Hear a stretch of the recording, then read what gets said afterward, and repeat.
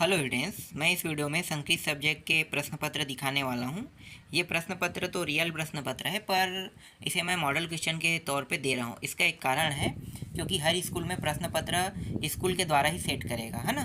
तो इसीलिए इनमें से कुछ प्रश्न ज़रूर आपको देखने को मिल सकता है, पर सभी प्रश्न आपको देखने को नहीं मिल सकता है। तो इसी वजह से मैं इसे मॉडल क्वेश्चन पेपर के तौर पे आपको दे रहा हूँ। तो चलो देख लेते हैं प्रश्नों को। तो कुछ प्रश्न छूट गया है, तो दूसरा पेज से देखते हैं ना। तो दूसरा प्रश्न में दूसरा पेज में पहला पांचवा प्रश्न है, ये वस्तुनिष्ठ प्रश्न है ना। तो रघुवंश महाकाव्यस्यम लेखका अस्ति लिखा हुआ है। तो जो रघुवंश महाकाव्य, इसके लेखक का नाम था शायद कालिदास, है ना। तो कालिदास लेना है। कुछ कुछ प्रश्नों को उत्तर मुझे पता है, उनको मैं बता देता हूँ। देखो, पहला प्रश्न रिक्त स्थान में ललित पल्लवे खाली स्थान पुष्प पूज्य लिखा हुआ है ना। तो यहाँ पे पादपे आना चाहिए, पादपे। ठीक है, इसका उत्तर पादपे होना चाहिए। गोमर्दा अभ्यारण्य तो रायगढ़ में स्थित है, तो रायगढ़े या रायगढ़ ऐसा कुछ आएगा ना, रायगढ़, है ना। तो रायगढ़ मैं दे रहा हूँ। नीलेसा खालिस्तान माध्यमेन पढ़ती। अब कौन सा माध्यम में पढ़ती? देखो लिपि पूछ रहा है, देवनागरी है, ब्रह्मी है, संस्कृत लिपि है ना। 4-5 ऑप्शन है, तो इनमें से कौन सा लिपि है ये मुझे नहीं पता है कौन सा है। हो सकता है देवनागरी भी हो सकता है, ब्रह्मी हो सकता है, संस्कृत लिपि भी हो सकता है ना। इसके बाद देखो चौथा जो है सर्व सत्य प्रतिष्ठतम लिखा हुआ है। ये क्या हो गया यार, यहाँ तो कुछ खाली स्थान दिया ही नहीं भरने के लायक। चलो अगला देखो, पांचवा, विवेकानंद सटकने खालिस्तान नगरत रायपुरम आगच्छत। तो ये क्या होगा? देखो 14 वर्ष की आयु में आया है, ये मुझे पता है। तो हो सकता है 14 वर्ष से इसका उत्तर हो सकता है। मैं भी क्लियर नहीं हो ना, इनका उत्तर देखते रहना। यहाँ पे कुछ उचित संबंध मतलब सही जोड़ी मिलाओ से संबंधित कुछ प्रश्न दिए हुए हैं, जिनको आपको देखना है। तो यहाँ पे 5 प्रश्न हैं। इसी तरीके से यहाँ पे वर्णनाम उच्चारण स्थान लिखित करें, ध है, ग है, इनका उच्चारण करना है ना। अब ये क्या है, इनको देख लेना। इतना नॉलेज तो नहीं है संस्कृत के बारे में मुझे, इसलिए मैं इसके बारे में ज़्यादा आपको नहीं बता सकता। संधि कृत्या नामानी लिखत। तो संधि, ये संधि विच्छेद वाला है, तो पहले से संधि के रूप में है। कौन सा संधि आपको बताना है, नाम बताना है ना। और इस वाक्य को पूर्ण कर, जैसे प्रति एकम लिखा हुआ है, महाऔषधि लिखा है। महाऔषधि क्या होता है? महाऔषधि, महाऔषधि होगा, है ना।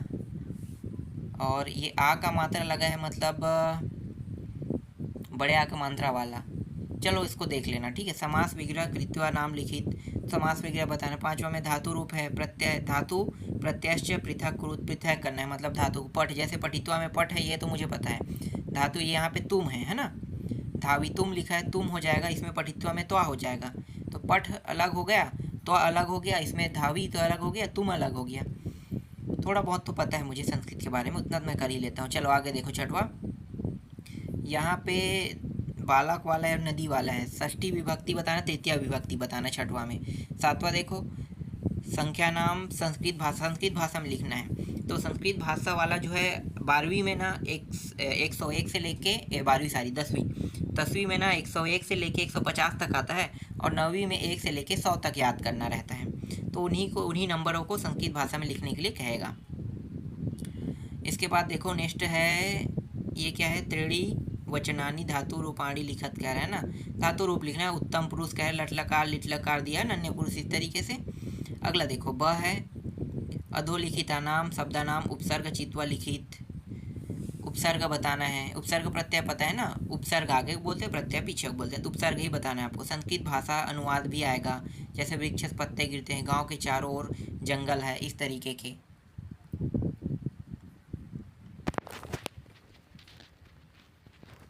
इसके बाद देखो और है तीसरा, मैं संस्कृत पढ़ता हूँ। उसके बाद अशुद्ध वाक्य को शुद्ध वाक्य में करने के लिए भी आएगा आपके एग्जाम में।